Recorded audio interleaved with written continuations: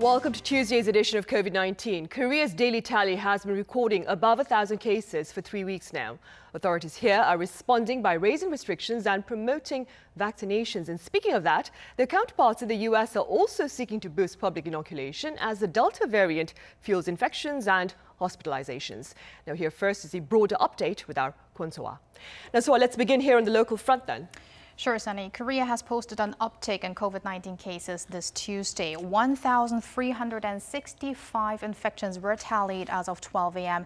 It's not a dramatic rise, but still it is an increase in both domestic and imported cases. Now, if you move over to our graph, for the past 3 weeks, this graph has been looking similar because the numbers have been at above 1,000 for 21 straight days now. And that has brought the total number of infections in Korea to 191,531, while 2,079 people have so far lost their lives due to COVID-19.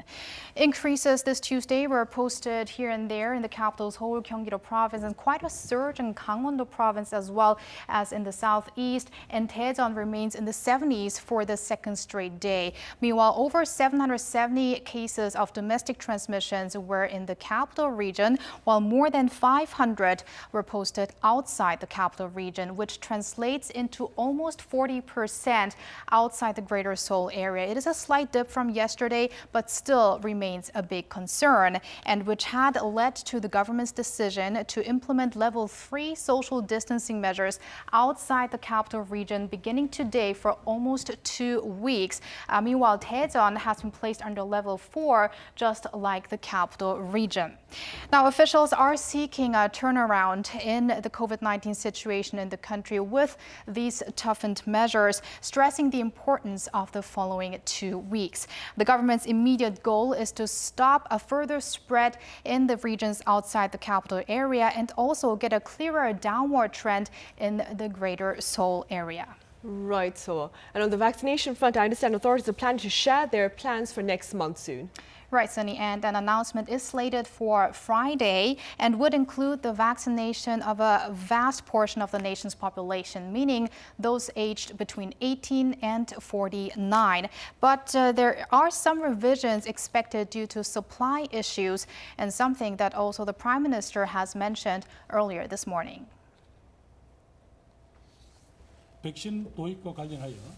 Moderna recently notified us that adjustments to its supply schedule was inevitable due to production issues. We are in discussion with Moderna officials on the exact delivery volume and timeline of vaccines that were contracted for July and August. Kim added, however, that the government will go ahead with its initial plan to achieve herd immunity by November. Now, meanwhile, on Monday, we had quite a number of people who got vaccinated for their first shot, with over 617,000 people, and that as the vaccination program for those in their 50s has just kicked off.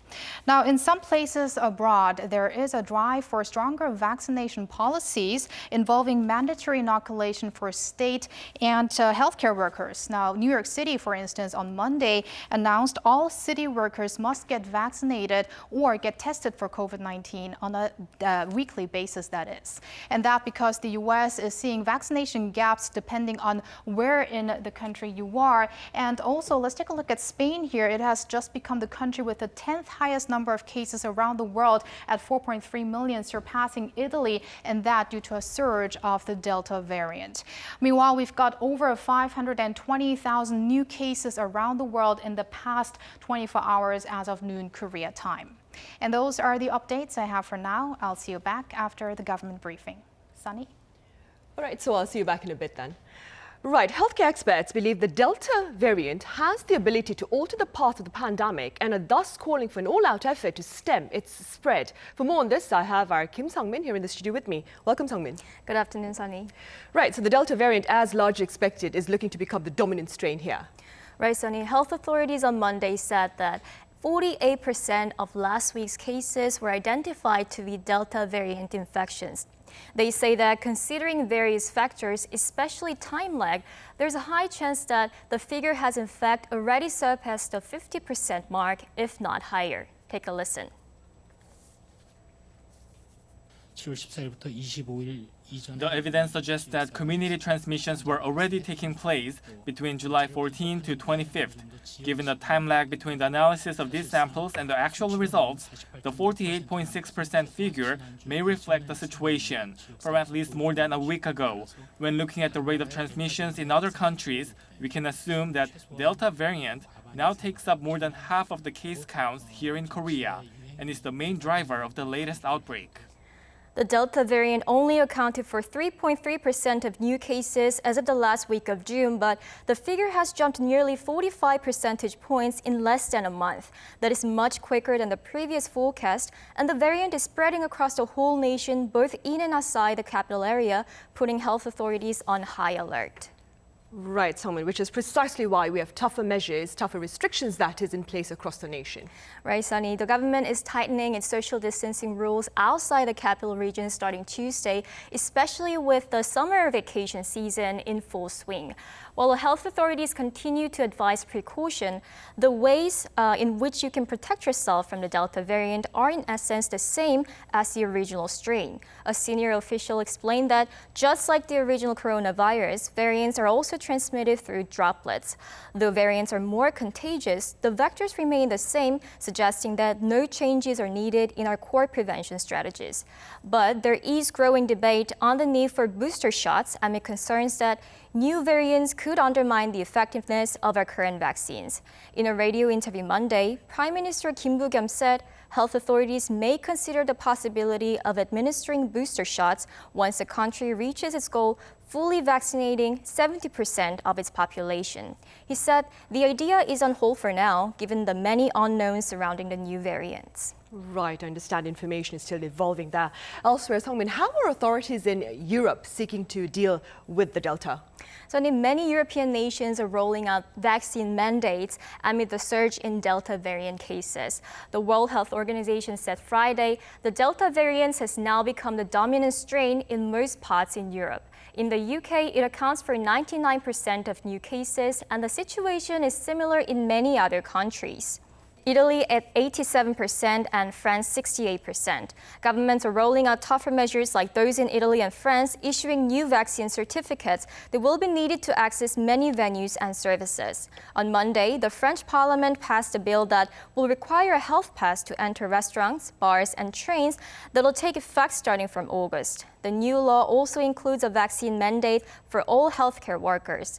This comes despite a nationwide protest against the French government's vaccine policies, but President Emmanuel Macron remained firm in his stance, calling on all citizens to get their vaccines. My message is simple. The first is get vaccinated. What is your freedom worth if you say to me, I don't want to be vaccinated? But if tomorrow you infect your father, your mother, or myself, I am a victim of your freedom when you had the possibility to have something to protect yourself and me. In Italy, people will need to submit proof of vaccination in the form of the EU-certified Green Pass to use public facilities like museums, gyms, and movie theaters. Similar rules have been applied in Greece, with bars and restaurants now only allowed to accept vaccinated customers. I see. All right, Songmin, as always, thank you very much for that. Thank you.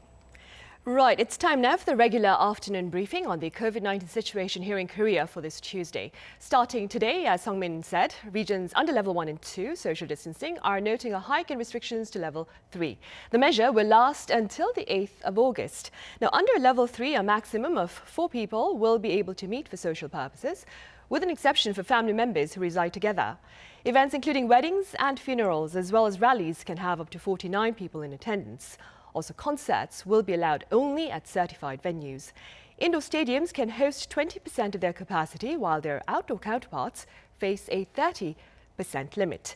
Places of worship can host 20% of their capacity, and outdoor congregations can have up to 49 people in attendance. Businesses, including dining and drinking establishments, as well as gyms and cram schools, will need to close doors to patrons at 10 p.m. Meanwhile, here's a look at the level 4 social restrictions in place here in the Greater Seoul area, as well as Daejeon, also until the 8th of August. Up to 4 people are allowed to meet for social purposes until 6 in the evening, and after 6, only 2 people can do so. To a large extent, this cap on gatherings also extends to family members who reside together. Weddings and funerals faced a ceiling of 49 people. The briefing's about to start. We'll come back to you afterwards. First of all, we have Mr. Lee Sang-won with the briefing. I am Director of the Epidemiological Investigation Task Force, and let us now begin our regular briefing for July 27th, Tuesday. Lately, in the non-metropolitan area, we are seeing an increase in the proportion of new cases. And in the metropolitan area and also in the non-metropolitan area, we have been comparing the proportion of the confirmed cases. And here are some details. And also, third week from last month, we have seen that about 18.9% of the cases came from the non-metropolitan area. However, this has increased to about 34% previous week. And also, looking at the sources of infection during the past week or so, we have also seen that also in the metropolitan area and non-metropolitan area, we have higher cases coming from contact with previously confirmed cases. However, we have had about 3 times more than from the cluster infections in the non-metropolitan area. And in the metropolitan area, we have seen major cluster infections coming from restaurants, churches, and also other multi-use facilities. And in non-metropolitan areas, we have seen that cluster infections began at also restaurants and workplaces, which spread to the local community. And we have seen an uptick in the amount of foot traffic during the summer holidays, and we expect this to continue for the next few weeks until the summer holidays. And we ask you to refrain from doing so. And also, when you are on the road, please abide by the quarantine measures as well. Moreover, as for all of the managers of multi-use facilities, please also take particular precautions when you are utilizing your AC facilities, and please have regular ventilation for about 10 minutes every 2 hours. And next, we have some updates on the new variants here in South Korea.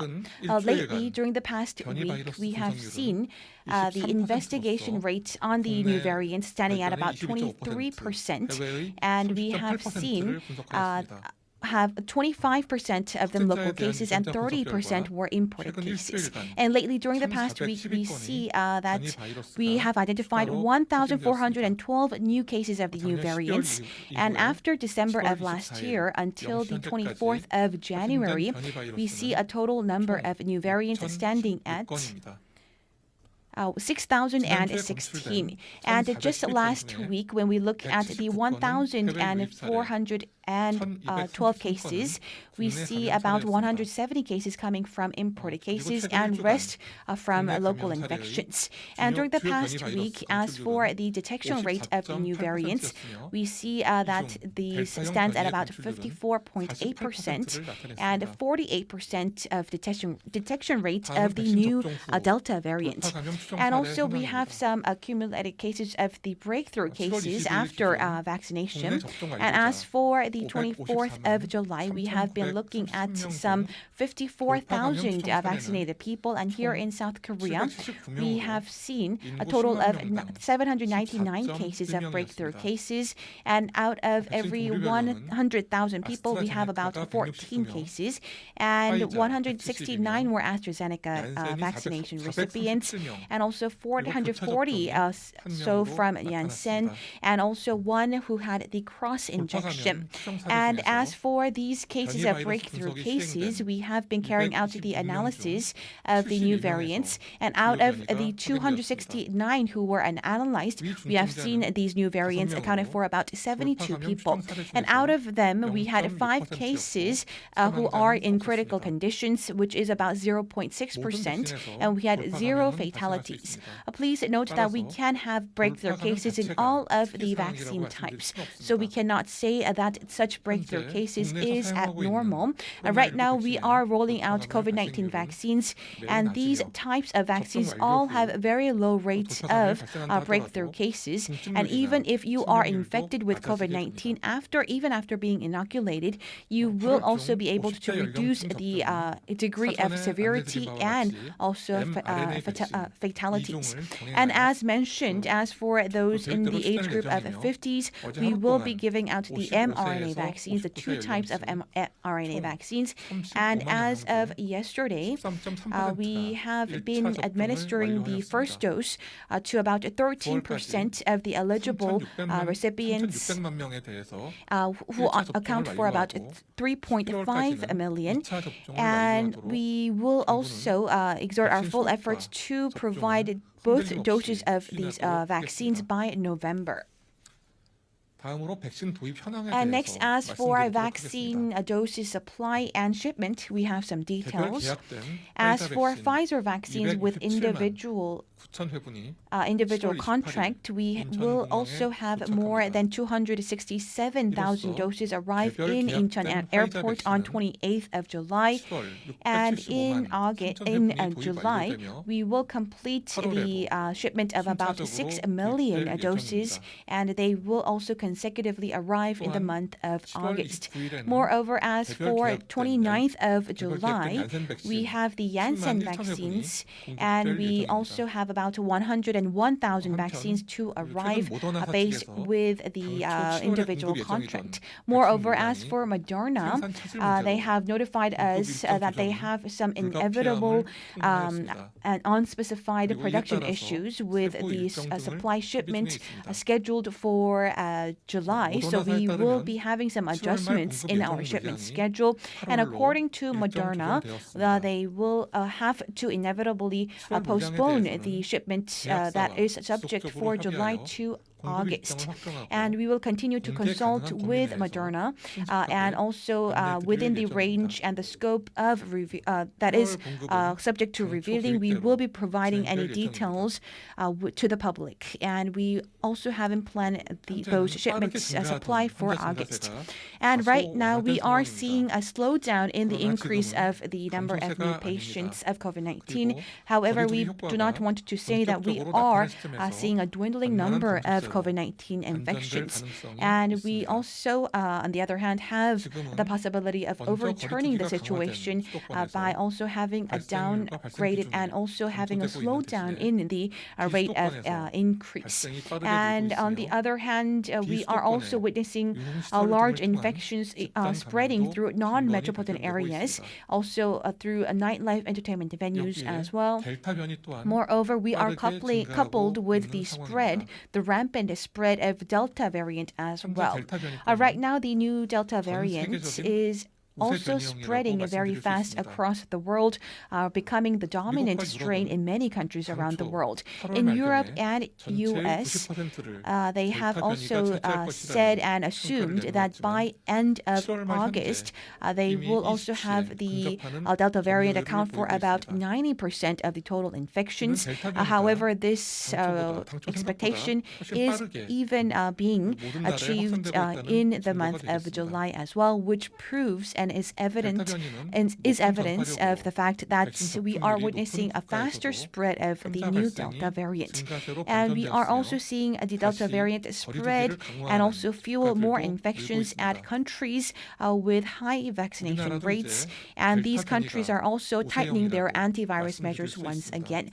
Right now, Korea also has a dominant strain of the Delta variant as well. And we believe that the most effective measure to contain the Delta variant is to have the conventional quarantine measures, including the social distancing measures, and also ultimately the best and effective way to prevent the infection is through vaccination. And we believe that the social distancing elevation in the non-metropolitan area was inevitable considering these principles, and we are in the need of wide public participation. And right now, under scorching heat, there are many medical staff members as well as epidemiological investigators, and also many people in the military and also police sectors who are exerting their full efforts to fight against the COVID-19. And in order to lessen their burden, we need to have a concerted effort, and we need to participate in the social distancing measures going forward. Thank you very much. Right, that was Lee Sang-won with Tuesday's afternoon briefing. So what did he have to say? First off, a very concerning development regarding the Delta variant. It looks like he has made it official that the Delta variant, has become the dominant strain here in Korea. In fact, 1,412 variant cases were detected in the past week, and with that, we have a total of 6,016 variant cases in Korea so far. And out of the new 1,412 cases, 179 were from abroad imported cases, and 1,233 were domestic transmissions.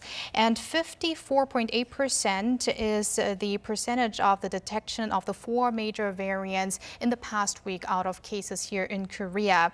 Also, we've got updates on breakthrough cases. We've got a total of 779 breakthrough infections so far, which means people who got infected after having been vaccinated. And this happened with people who got AstraZeneca shots, Pfizer shots, as well as the Janssen shots. And there was also one case where a person who got cross-inoculated has been confirmed to have had a breakthrough infection. But that is not a high number. It's around 14 people out of 100,000 when we calculate the percentage there.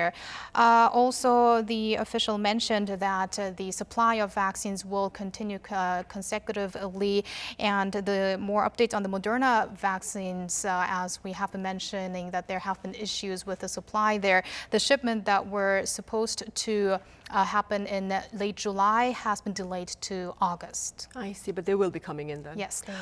All right, so thank you for that. Thank you.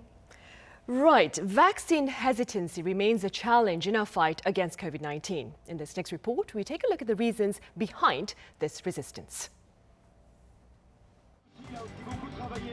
Over 160,000 protesters gathered recently in France to stage a rally against the government's vaccination campaign. Elsewhere, some medical workers have refused vaccinations, with a group of hospital employees in the US even filing a lawsuit to fight a vaccine mandate. Anti-vaxxers, as they are called, have often rejected inoculations on the basis of personal freedoms and religion, or a lack of trust in vaccines in general. One's racial background and political affiliation also appear to be linked to the likelihood of vaccine hesitancy. In particular, groups have a low confidence into the vaccine. In addition, we saw that there is a party bias. These days, it's very difficult to communicate information across the aisles. So we see that those that self-identified as Trump voters are less likely, or were less likely, to accept the vaccine. Back here at home, a recent study has shown that 11% of all Koreans were not willing to get a vaccine, and another 11% said they were undecided. As for the reasons why, topping the list were worries over adverse reactions and efficacy of the vaccines. And much of these concerns have also been fueled by the spread of fake news and misinformation. 코로나 사태가 장기화되면서 부정적인 정서나 권태로움을 경험을 할 때 이제 음모론이라든지 혹은 정부 정책에 반하는 그런 컨텐츠가 굉장히 설득력 있게 다가옵니다. 예를 들어서 개인적인 일화를 사용을 해서 내가 아는 누군가가 이런 문제를 경험을 했다든지, 그러니까 과학적인 통계 기반이라기보다는 아주 자극적인 일례를 들어서 설명을 하게 되고요. 아무리 전문가 집단에서 안전성을 계속해서 여러 가지 근거를 제공을 하고 있지만 여기에 대해서 쉽게 설득이 잘 되지 않는 그런 상황이 됩니다. Though over 60% of all Americans have now received at least one dose, U.S. vaccination rates have seemingly plateaued due to the effects of online misinformation. In response, several states in the U.S. are now legally mandating vaccines for specific population groups and in certain settings. Some very conservative states like Florida, this will never happen in a million years. In other more liberal states like California, or maybe some of the northeastern states, you might see mandatory vaccination requirements for middle school and high school students, because here the Pfizer vaccine's license was authorized down to 12 years of age. I think one of the steps that we're going to need to take as a country in order to move towards mandatory vaccination or compulsory vaccination is to first of all get the vaccine fully approved, fully licensed. Another often cited reason for vaccine hesitancy is the unprecedented speed in which the vaccines were developed and rolled out, as well as the lack of time to study their full effects. We already know the adverse events through the data from the highest vaccination rate countries. We can also handle the adverse event because we already know the adverse event after mass vaccination and have a recipe for overcoming this adverse event now. That's why we have to vaccinate for prevention of the COVID-19 virus, reduction of the severity, and reduced degree of transmission with the population. 확률이 굉장히 낮다고는 하지만 내 자신한테 그런 일이 일어난다면 그건 100%에 준하는 위험성인 거잖아요. 그 불안에 대해서 터무니없다 이런 식으로 평가절하하기보다는 그분들의 불안에 대해서 인정을 하고 반복적으로 국민들을 안심시켜주는 정책을 같이 병행해 나갔으면 합니다. The wide consensus among experts remain that the benefits of getting vaccinated still outweigh the risks, and they're still the best way to protect yourself as well as your loved ones, especially against the emergence of new variants.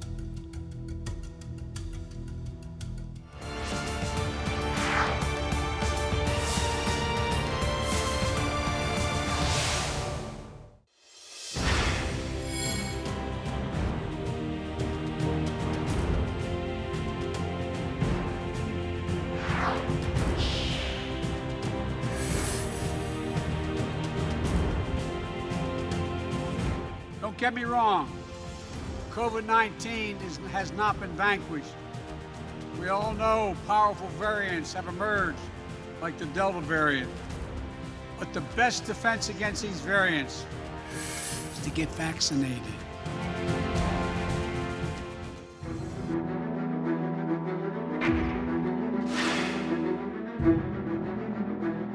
This is becoming a pandemic of the unvaccinated. We are seeing outbreaks of cases in parts of the country that have low vaccination coverage because unvaccinated people are at risk.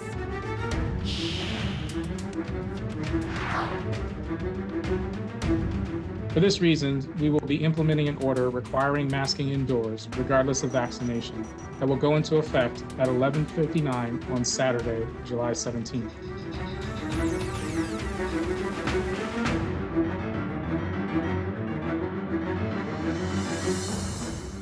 The Delta variant is changing the course of COVID-19 in many parts of the globe as it fuels an alarming resurgence amid a stall in vaccination rates. Now, this is also the reality over in the US, where the Biden administration has marked its first 6 months in office with an approval rating of 53%, according to one particular poll. For more, I have Professor Min Jong-hoon from the Korea National Diplomatic Academy. Welcome back, Professor Min. My pleasure. And joining the session virtually is also Professor Ali Mokdad from the University of Washington. Pleasure to have you with us again, Professor Mokdad. Thank you. Professor Min, we'll start here then. Let's begin with your assessment of the Biden administration's first 6 months in office. Well, basically, I think that the Biden administration did a good job during the first 6 months in office. As you know, the Biden administration put priority on dealing with the COVID-19, economy, and the racial equality and climate change. And among them, I think the Biden administration has been focused on dealing with the COVID-19 and the economic recovery for the past 6 months. And specifically regarding the COVID-19, as you know, since the inauguration, President Biden urged his fellow Americans to observe the quarantine guidelines, and his administration tried to secure enough vaccines for its people. And as more people got vaccinated, U.S. could reduce the number of confirmed cases in each territory. In addition, based on the better situation about controlling forward the spread of the virus, U.S. economy is getting better.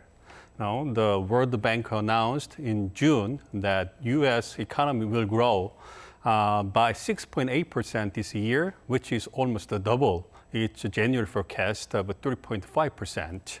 And the jobs have also been increasing for the past 6 months, and the number of the weekly jobless claims fell below the 500,000 in May.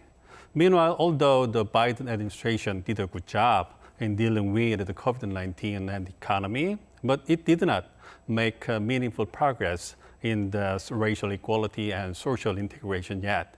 It shows that the Biden administration still has a long way to go to make the meaningful achievements for its the main agendas. Right, and speaking about having a long way to go, Professor Mokhtar, the emergence of the Delta variant has dealt a blow to the Biden administration's hopes for a return to a normality of sorts this summer. What can you tell us about the COVID-19 situation in the US amid the presence of the Delta?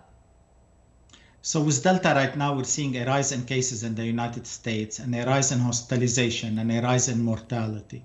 And unfortunately, our vaccination levels are plateauing, and we're not seeing a rise in people asking for the vaccine or getting the vaccine, although the vaccines that we have are available and we have plenty of vaccines.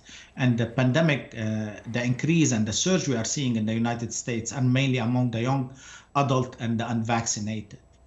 Right, and before we touch upon the vaccination, Professor Mokhtar, according to US media outlets, the resurgence itself is negatively affecting public sentiment over the Biden administration. Do you agree? No, not true. So it's not sentiment against the Biden administration. The country, unfortunately, is divided.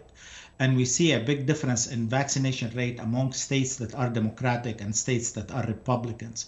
So right now, the surge that you are seeing, most of the states that are leading the surge are in Florida, for example, where the people in Florida and the governor of Florida has not encouraged his public to get the vaccine. So the sentiments are not against the Biden administration, more of division within the party line and not targeted to the president and his administration.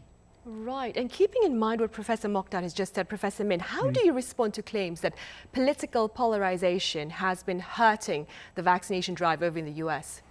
Yes, well, it seems that the polarization of US politics makes an impact on whether or not people get vaccinated in the US.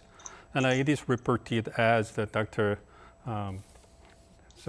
Mokhtar mentioned, the vaccination rates tended to be higher in Democratic states than the Republican states, and the gap is getting bigger over time. And added confirmed cases are growing back across the U.S. In terms of the Delta variant. President Biden, as well as the Republican governors, are joined to the urge their people to get vaccinated. Anyway, it seems that the issue of the COVID-19 vaccine is politicized, like other policy agendas. As you know, in terms of party polarization, U.S. political parties have got their own clear issue positions, like the immigration and gun control. And the voters are also the polarized based on their party loyalty. So it means that voters evaluate the specific policy agendas through their political lens. And it seems that they also use their party loyalty for how they perceive and assess the COVID-19 vaccines. But as you know, considering that vaccines are directly related to the people's health and their lives, I hope that politicians will work together to secure the bipartisan support for their people get vaccinated. Right. And against that backdrop, Professor Mokhtar, misinformation about COVID-19 vaccines has also been cited as another challenge in the fight against the pandemic. What more can you tell us?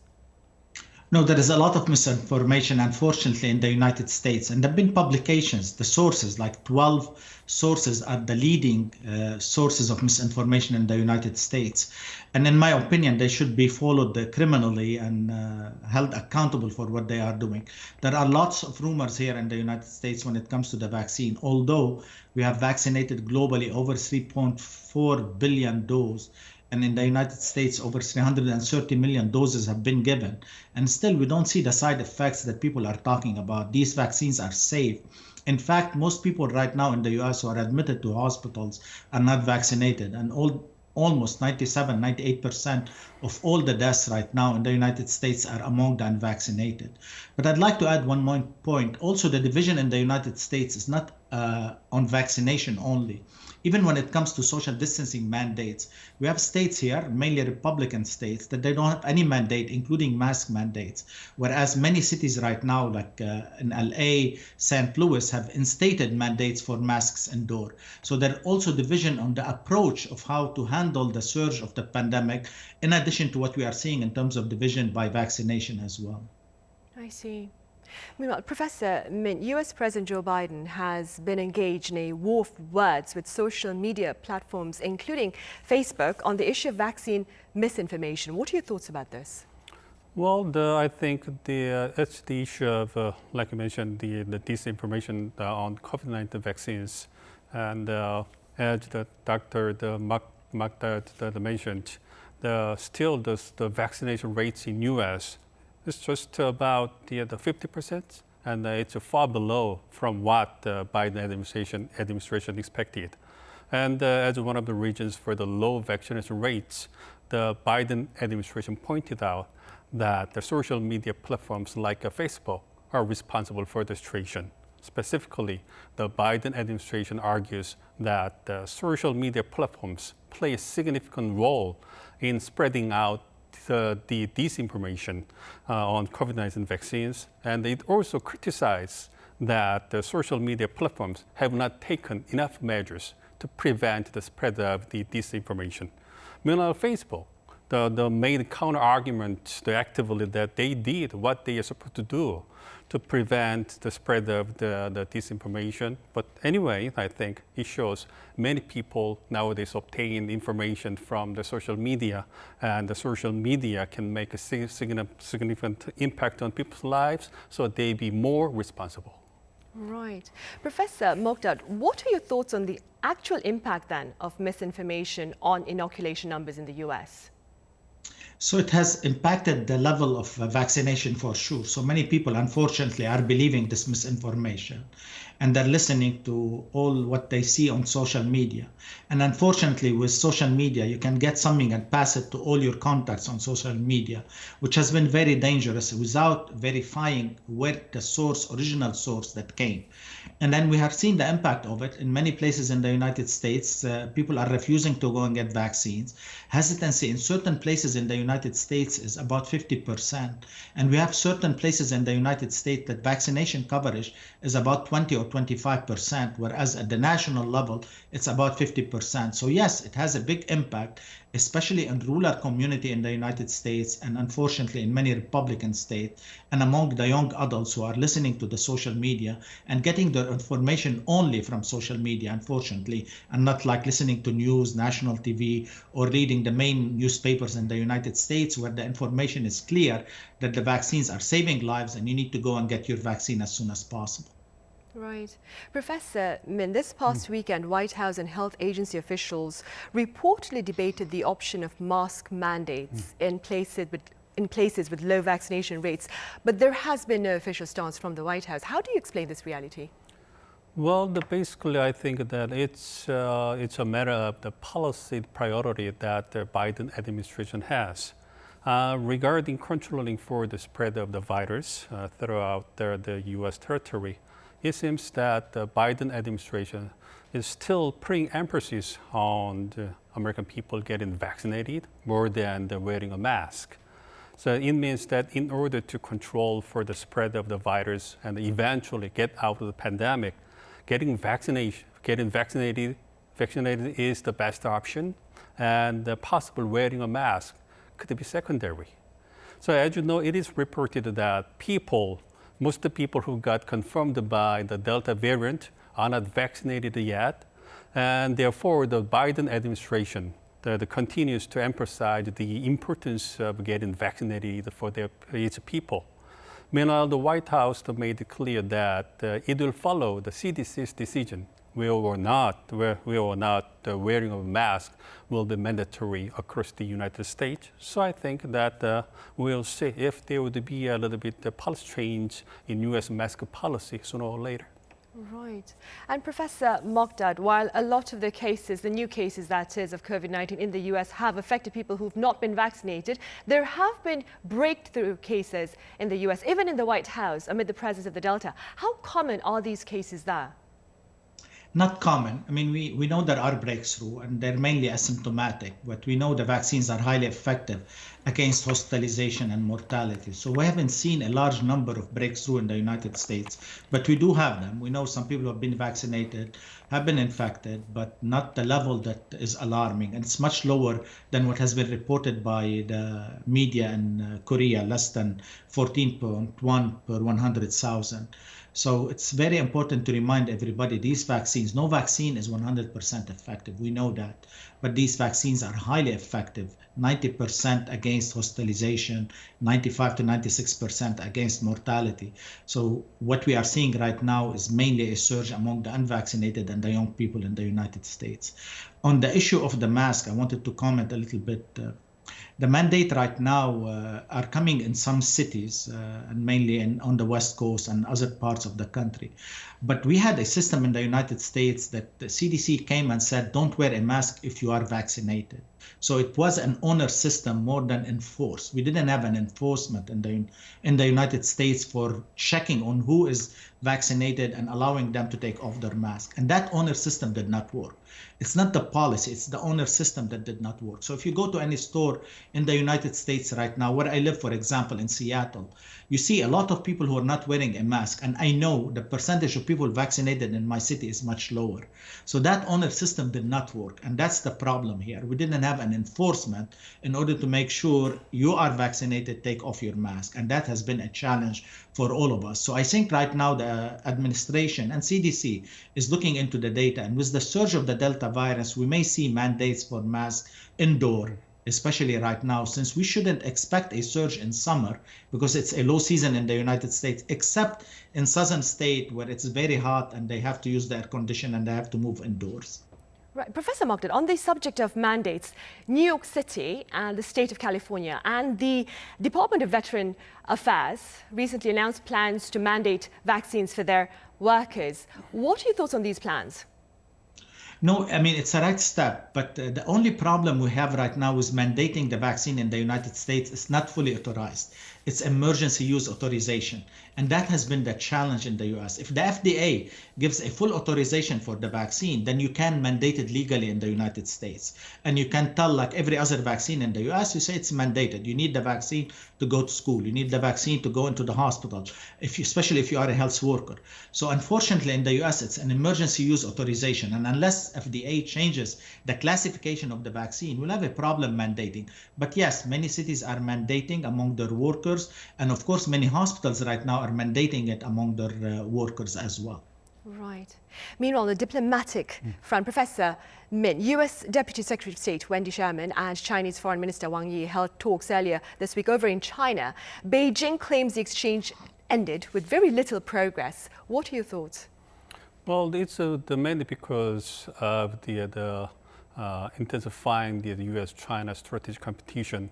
As you know, the gaps between U.S. and China in terms of economic and the military powers are getting narrowed down in terms of the main terms of the China's growing the economic the aspect in terms of the rapid China's the economic growth and the military growth in terms of the economic power.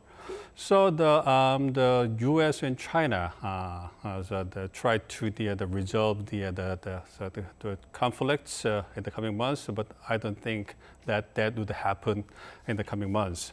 And basically, in terms of the meeting, I think they talked about the various issues about U.S.-China relations, such as COVID-19, Hong Kong, South China Sea, North Korea, and so on. And just regarding the COVID-19, I think U.S. pushed China to get thorough investigation about where the virus came from and how it started. And I think the U.S. also pushed China to share the world community with the information about what actually happened in Wuhan at the very beginning of the outbreak of the virus. Meanwhile, China made the strong counter-argument that the COVID-19 virus was not originated from China, and the U.S. needed to stop taking advantage of the issue or the virus politically. So anyway, considering that the US and China just repeated their own arguments this time again, so it is likely that they will continue to blame each other for the origin, outbreak, and the spread of the virus in the coming months and years. Right, and staying with the virus, Professor Mokhtar, very briefly speaking, what do you believe are some of the urgent tasks ahead for the Biden administration as it seeks to stem the spread of COVID-19? Address rumors, address vaccine hesitancy, increase the vaccination levels, and of course have a mandate for masks indoors to control this surge. Right. Professor Mokhtar, thank you very much for your time and your thoughts. Professor Min here in the studio, thank you very much for your insights as well. Thank you. Right, one truth about COVID-19 is that it targets those who are unvaccinated and those who are unwilling to practice pandemic prevention measures. So do take care and thank you for watching.